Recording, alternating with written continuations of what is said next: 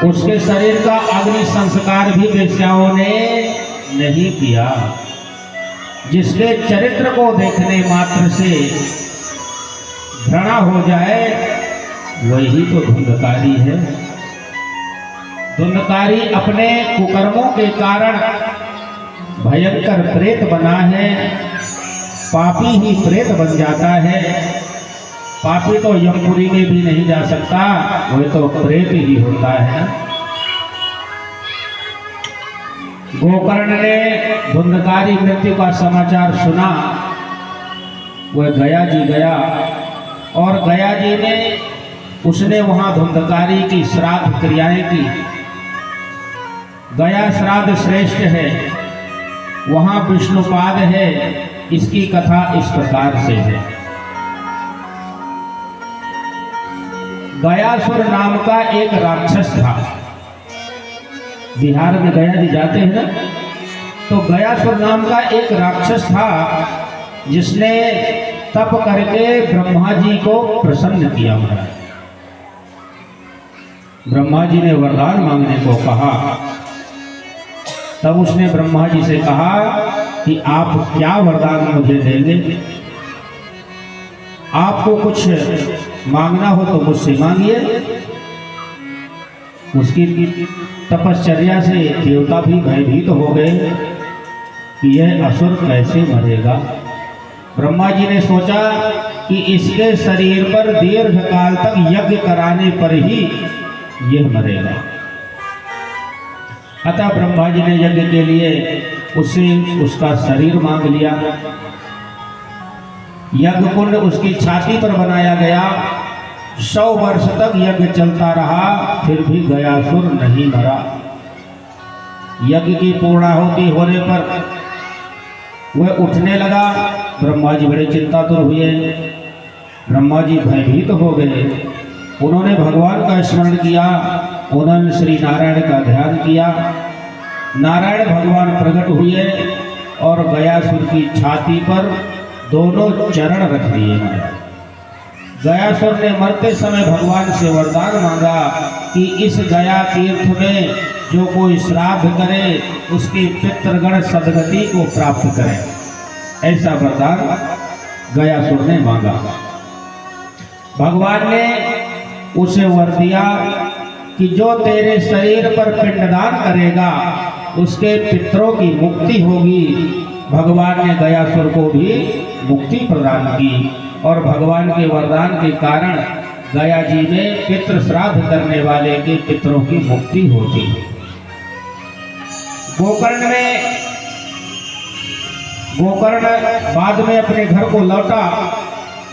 अपने भाई का पिंडदान करके गया जी से जब अपने घर आया, रात में उसने किसी के रोने की आवाज सुनी। मनुष्य पाप करता हुआ तो हंसता है, पर पाप का दंड जब भुगतना पड़ता है तो वह रोता है। एक ही माता पिता के पुत्र होने पर भी गोकर्ण देव बना और धुंधकारी प्रेत। गोकर्ण पंडितो ज्ञानी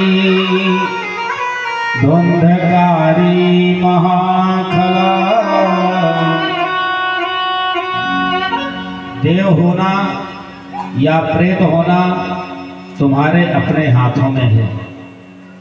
गोकर्ण ने पूछा कि तू कौन है? तेरी ऐसी दशा क्यों हुई? तू भूत है, पिशाच है या राक्षस है? तब प्रेत ने कहा, मैं तुम्हारा भाई धुंधकारी हूँ।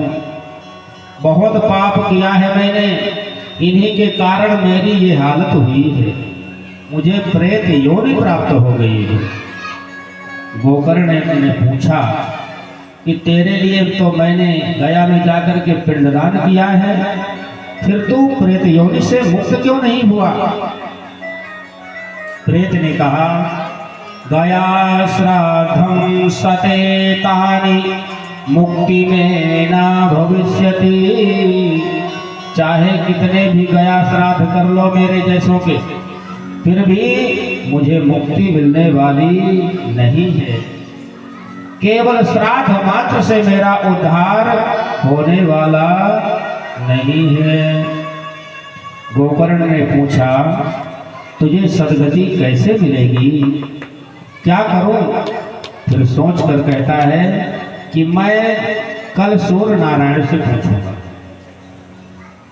दूसरे दिन गोकर्ण ने सूर्य भगवान को अर्घ्यपाद्य आचमन किया और सूर्य भगवान से गोकर्ण जी ने पूछा, महाराज जरा रुकिए।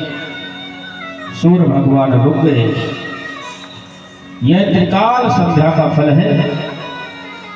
जो ब्राह्मण 3 काल की संध्या करता है, प्रातः, मध्यम और सायं, संध्या कहते हैं गायत्री उपासना को। वो भी गायत्री उपासना संध्योपासन विधि के साथ ही किया जाना चाहिए। जो त्रिकालदर्शी ब्राह्मण है, 3 काल की संध्या करता है, उस ब्राह्मण का कोई सामना नहीं ले सकता है। महाराज इस कलयुग में बहुत अल्प हो गया है। बहुत ही सूक्ष्म कोई ब्राह्मण है जो त्रिकाल संध्या करते हैं।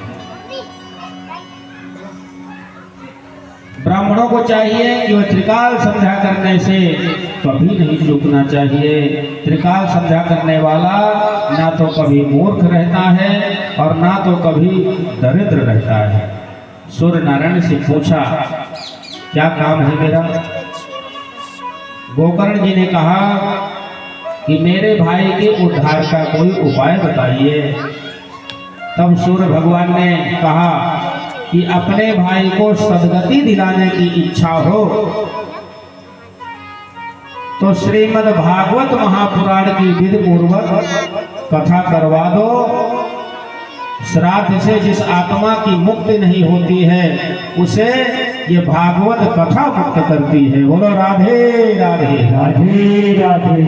ये भागवत शास्त्र का नाम है मुक्ति शास्त्र। इसलिए मैं बार बार कहता हूँ कि भागवत कथा में बैठो, शांत चित्त होकर के कथा श्रवण करने मात्र से आपके पितरों का उद्धार हो जाएगा।